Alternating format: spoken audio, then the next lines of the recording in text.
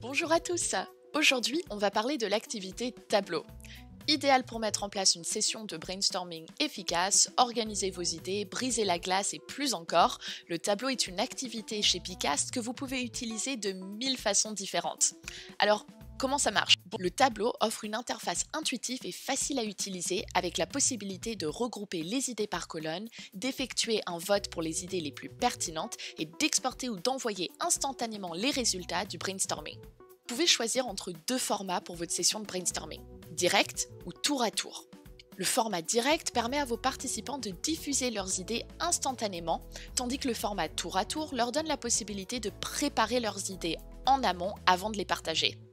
Petite astuce, le mode tour à tour est particulièrement utile pour les activités de brainstorming, car il donne à chaque participant le temps de réfléchir à leurs idées avant de les partager avec le groupe. Ajoutez les colonnes que vous souhaitez et choisissez si vos participants peuvent associer une couleur à leur idée. Une fois que l'activité est lancée, vous pouvez alors regrouper les idées dans un dossier, déplacer les idées dans une autre colonne et même ajouter une image dans le tableau pour un rendu encore plus visuel. Alors vous l'aurez compris, cette activité va vous permettre de faire énormément de choses.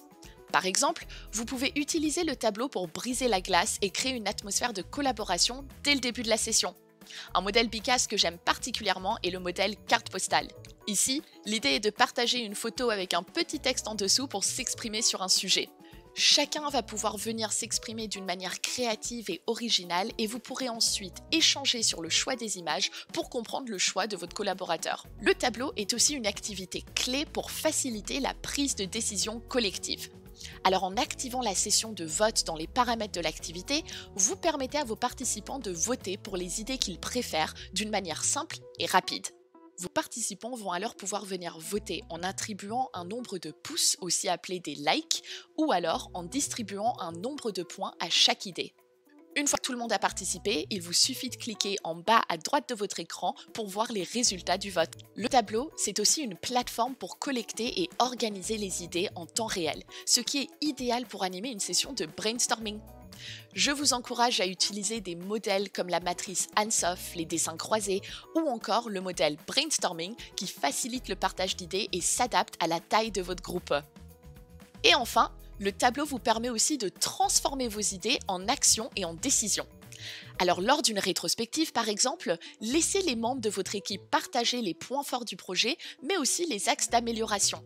Cherchez des solutions et des actions à mener pour mieux travailler ensemble, puis activer une session de vote.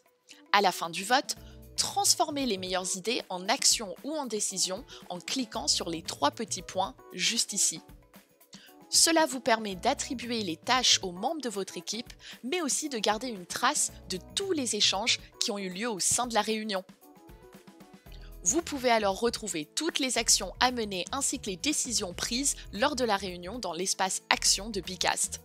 Il ne vous reste plus qu'à cliquer sur Envoyer le plan d'action pour recevoir un récapitulatif des actions et décisions directement dans votre boîte mail. Et voilà, vous êtes désormais prêt à créer votre premier tableau dans Picast. À bientôt pour une prochaine vidéo activité.